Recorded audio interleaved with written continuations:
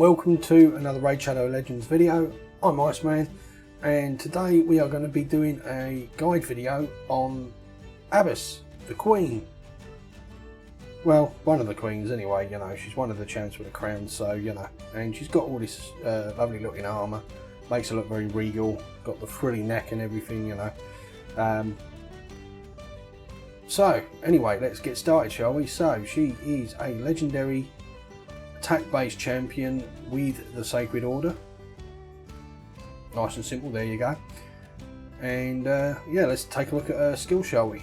Okay, so her A1, Arrow of Rebuke, attacks one enemy, removes one random debuff from this champion and places it on the target. So that's pretty cool. It's not game breaking, but you know, it is a nice little ability. If she's got a debuff on her, takes it off and puts it on somebody else, you know, you can't beat that. Great for the arena, which is, in my opinion, one of the best places for her. Her A2, Mass Impalement, attacks all enemies, has a 75% chance of placing a 60% decreased defense debuff for 2 turns. Damage is based on attack on all her abilities. Great move here. This used to be, before she got buffed, something like 3 or 4 hit her at random, but it meant that you weren't going to be hitting everybody. Part of the way they reworked her was obviously making it an AoE so it hits everybody, and it is a brilliant ability. Obviously you need accuracy to land it, and you know, she can do it herself, but in all honesty she hits really nice and hard, so you can pair her with champions that do it first and then bring her into nuke. You can go either way really. I must admit, for the arena, because I don't want to lose a slot to a second decreased defense person, I actually run her, and although her accuracy is not that high, I tend to get it off most of the time, and even when I'm not, I'm still doing a load of damage. And what I've started doing is leading off with her A3 anyway, and not relying on this so much, and just using this as a clean up ability.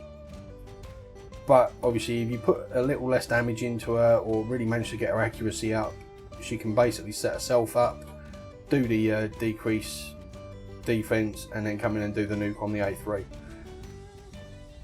Or you can use somebody else and put the decreased defense and weaken down first and then come in and do the nuke. You know, it's up to you how you use it, but at least she's got that ability.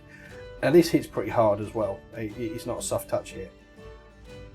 Her A3, Divine Wrath, attacks all enemies. Damage inflicted is proportional to either this champion's attack or the target's defense or attack stat, whichever is highest. So that's really cool. So she basically does more damage. If their attack's higher, it does more damage. If the defense is higher, whichever it is, she'll base it off of that basically. Deals an extra 30% crit damage if the target's attack is highest, which is nice. Ignores 30% of the target's defense if the target's defense is highest. Absolutely brilliant move, and this really does nuke. It is a really cool ability. Then she has an aura, increases ally attack and faction crypts by 34%. Great faction crypts champion, don't get me wrong. I don't know why they say faction crypts. Faction War. Each battle's a crypt. So faction wars she's brilliant for. I use her, and if you've got her, you probably will be too. So let's take a look at her artifact, shall we?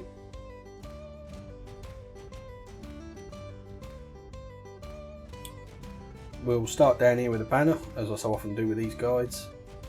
So obviously, because we do want to land in that decrease defense as often as possible, I've gone with an accuracy banner. In all honesty, this was a slightly better banner. It was a 6-star with slightly more speed, but for the brevity of this video and to showcase her in a more attainable level and gear for everybody else, I've swapped her out for this 5-star banner and lost about 6 speed in the process and probably about 15 accuracy, 12 accuracy, something like that. But good piece to go for her. Then obviously we've gone for crit damage with attack and accuracy. An attack ring with attack sub rolls. We've got a nice one there, we've got a couple of rolls. Then I've gone for speed boots because obviously I want her going fast, especially if she's a deep buffer, you want her going before anybody else. And even as a nuker, you want to go in fast in the arena, so getting as much speed on her as you can. I've not got that much speed on her. I've concentrated a little more on the nuking capability, and again, in all honesty, this is an area where I swapped out a pair of boots that were 6-star, and so she had about another 5 speed on top of this. Crit rate, I also lost a little bit out on here, and to be fair, I think I lost a little bit on accuracy. So the other boots being 6-star, they were better, but not massively. I've lost a couple of accuracy and I think a couple on crit rate, which I'm still high enough for, so that's all good. Attack chest, of course, because you want to get her attack up as high as you can, be getting her to do a lot of damage there. Substat rolls, speed and crit rate were my main worry. I would have happily lost this defense, but I went with what I had on a crit damage set. Crit damage gauntlets with substats on attack, crit rate and speed. That's kind of a motif here. Attack, crit rate, speed and accuracy. Accuracy where I could get it, and focusing on sets that helped me. Unfortunately, I didn't have good enough savage pieces, otherwise I probably would have gone that route with her. And I didn't have crit damage decent gloves and speed boots that would match for a set of anything, so, or with anything else like there. So I've had to go for a mismatched set there. We've completed the crit damage set with the shield that's got, again, double rolling crit rate and some crit damage on it. Bad substat roll in defense, but you know, I helps to stay alive in the arena at least, and in dungeons. Again, the same as what I've been saying all the way through, because I ran for crit damage gloves, I've had to really concentrate on crit rate rolls to try and get that crit rate up. And again, the same with the weapon, and we've got a divine crit rate set here to again help her crit rate up.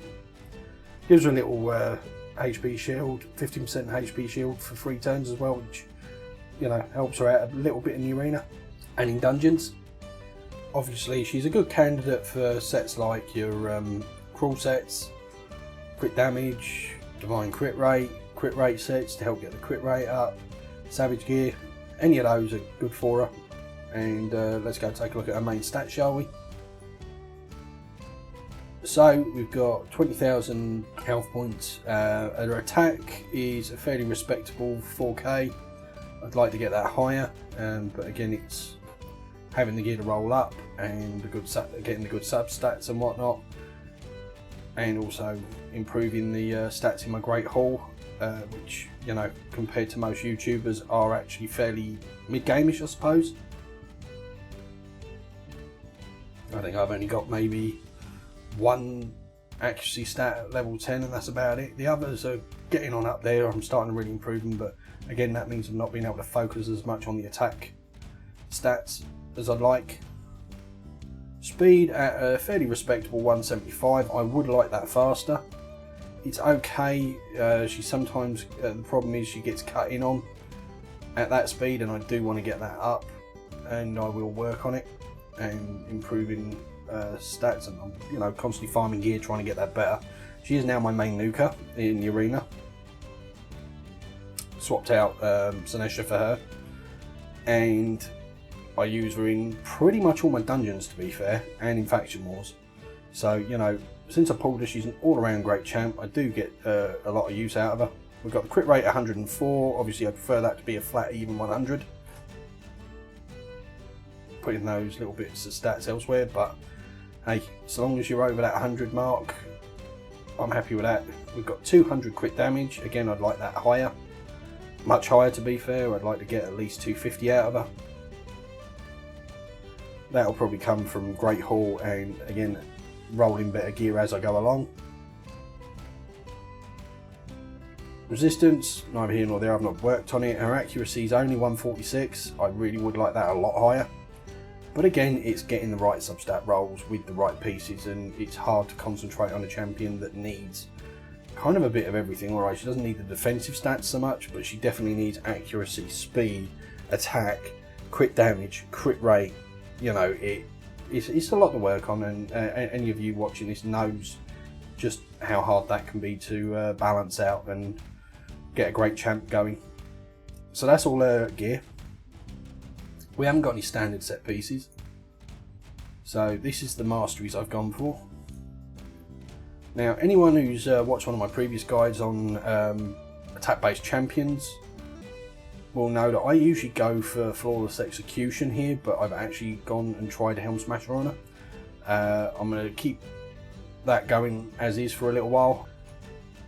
So obviously we've gone for crit rate, into crit damage, into does more damage to people under shield, because obviously she's fighting people in the arena. A lot of people start under shield, so unless you've got a buff stripper there ready to take those shields off, this helps her do more damage and break through those shields. She gains speed for everyone she kills. She does more damage on her first hit. She has a chance to reset the cooldown on one of her abilities when she does enough damage. She's got increased damage inflicted to targets with stun, sleep, fear, true fear, or freeze. Now, she doesn't actually apply any of these herself, but I do pair her with champions who are running stun gear and stuff like that, and sometimes you may run with the champion who applies those, so it just means that she gets a little extra damage out of them having those buffs. We've got increased damage inflicted by 6% in the arena, so obviously that's somewhere I use her a lot. 3% in all other locations, but each enemy killed by this champion stacks up to 12%, so that's a good one. Then we've gone into Helm Smasher, has a 50% chance of ignoring 25% of the target's defense. For skills that ignore defense, this 25% is in addition to the amount ignored by the skill. So obviously on her A3, when she's ignoring defense, that then stacks with that, so you know, she can really ignore a lot of defense there. Stoked Fury increases damage inflicted by 4% for each debuff on this champion, stacks up to 12%. I think this is always a worthwhile ability to put on somebody who's running in the arena, because you're going to be taking debuffs unless you manage to nuke them all out before they can land a hit on you. Sometimes I do, sometimes I don't, but it does mean that the next time around she's going to do more damage if she is taking debuffs. I've then gone down the support tree to try and give her more accuracy. Down into Evil Eye to help decrease turn meter on that A1. Down into Master Hexer to extend that decreased defense. That's it in a nutshell. Obviously, with any advice on masteries, this is my opinion based on my build with my gear. So that's how we've gone there. And now we're going to take her into some content.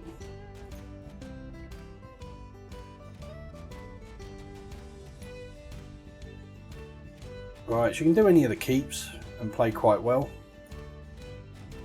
Spider's Den is the one area that I feel she's weakest at. I think she'll do a lot of work for you if you pull her early game in Spider's Den.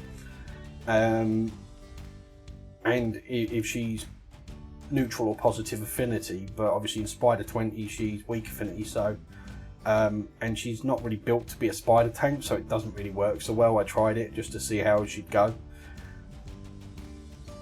Fire Knight, Dragon's Lair and Ice Golem's Peak, I actually got my fastest times ever with her on the team, replacing various champions. So let's take her into a couple, shall we? Ice Golem tends to be a bit of a slow one, so what we'll do is we'll start it, we'll show you the sort of thing that's going on, and then we'll show you it at the end and skip through, because we don't want a long fight here. I can't remember who I substituted out. Obviously we've got Royal Guard in here, her in here, and then we've got plenty of support to keep them up. Madame Ceres is in here for her decreased defense, so that we don't have to rely on hers.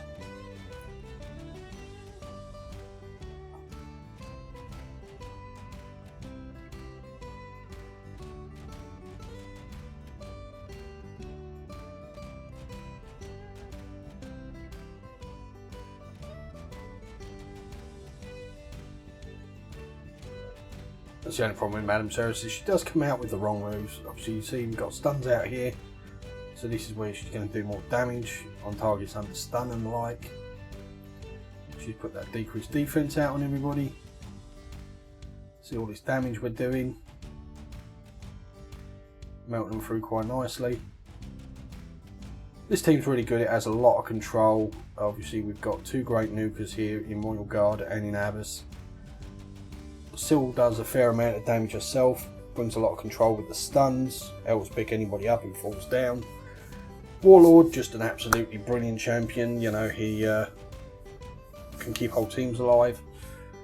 Puts up block debuffs, puts up massive shields. I've also got him in a shield set which helps. So you see they all start with these nice chunky shields here. And obviously his shield stacks with her shield from her gear, so then she's got an even bigger shield. Anyway, we'll get through this bit. Chances are nobody will die, but we're going to cut this out. We'll skip forward and probably show a little bit of the boss fight, and then we'll cut to the end and you can see what the final verdict was. Okay, so here we are at the boss. We made it in around 2 minutes, more or less, which isn't a bad time. Everyone knows this is fairly slow and steady, and it depends how you get past the terror beasts. As you can see, we're taking down these side minions fairly well, keeping them for quite control. We've got decreased defense and decreased attack out everywhere, so taking less damage, doing more damage. These minions are going down.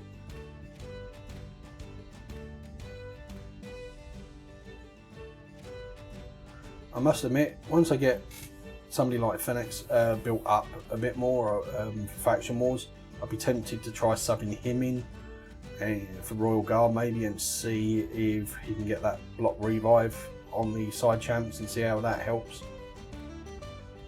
But then he's not really much of an AoE champion, so it kind of means you'd be slower on the waves. So anyway, you can see the uses there. We're going to skip forward to the end, and then we can move on to another dungeon. So, as you can see, we've got aiming at 5 minutes and 8 seconds. 18 seconds behind our fastest time, but that's still, you know, you do with RNG and all that tend to get little ups and downs, especially on a long fight like this, so fairly respectable, decent fight.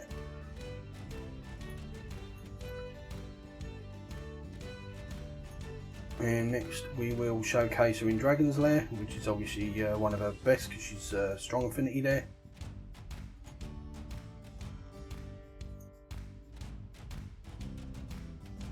Similar sort of team, to be fair. I'm not sure if we've got anybody to pick up here. I didn't really look there, but we've got, yeah, Arbiter in to help speed us along. This is a nice fast run due to we've got Fushan giving us his speed aura. He fulfills a control role in stunning people, and he's in a stun set. We've got damage coming in from Sinesha and from Abbess, both strong affinity here, and then Frozen Banshee is our poison for when we get to the boss.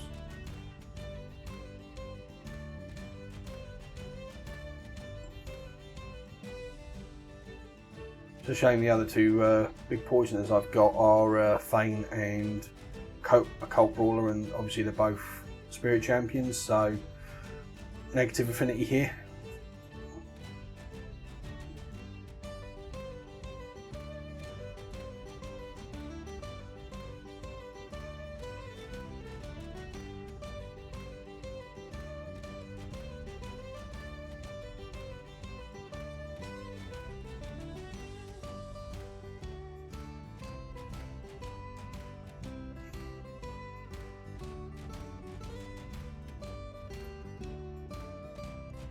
Of course, Fushan also brings his decreased defense.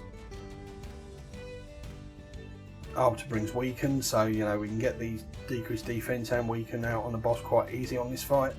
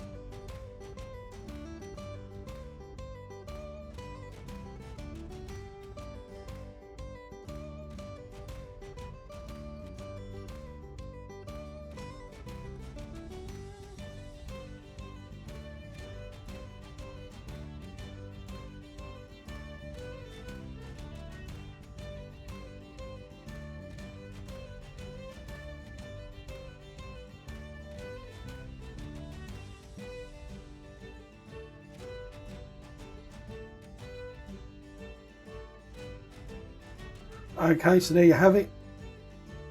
2 minutes and 24 seconds. Best time I've ever managed was 1 minute 36. God knows how I used to do that. Actually, I think it was this team. It's just RNG related on how you're going through. To be fair, like I said, I did actually get my best time on this and on Ice Golem and on Fire Knight using Abbess. It's not entirely all down to her, obviously.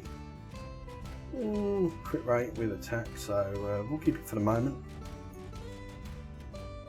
We prefer better substats, but you know, beggars can't be choosers. Right, we could show you in Fire Knight as well, but obviously we've showcased her in some dungeons. She's great in the dungeons. The only one I feel that she's not really suited for endgame is Spider, due to the affinity matchup. But she's still brilliant, so let's take her into the arena quickly and we'll showcase her in a match there. Okay, so much more powerful team than me. There's some very tanky people here, so this will be a good trial for us.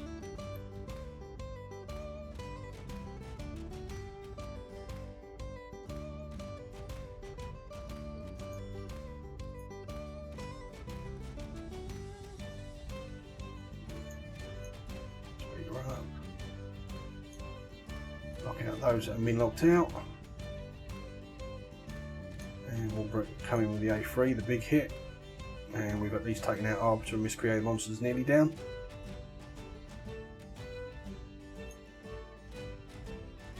Let's take him out. Look in there, getting my stun off.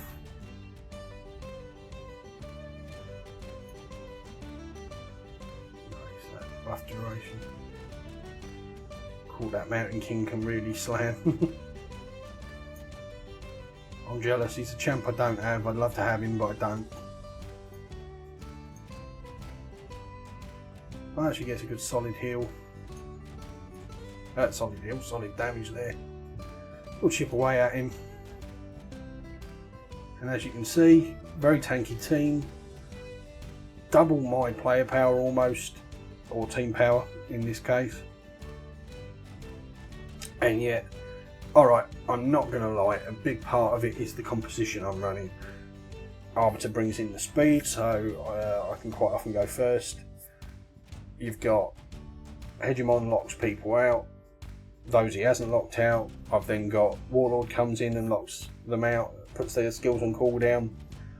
There's a lot of control in this team that allows them not to get stuff off. But let's face it, she was my main damage in there and she did her job. She really took people down. Could she be better? Yes. Was she even already better for me before I did this guide video? Yes. I had her in some slightly better gear on a couple of pieces. Not massive changes, but I still wanted to showcase her in more attainable gear for everybody, and I hope I've done that. If you pull her, she is an absolutely amazing champion. Obviously, a lot of people out there are using nukers that are magic affinity, so she's strong against them. She's going to do even more damage against them and take out their nukers flat out.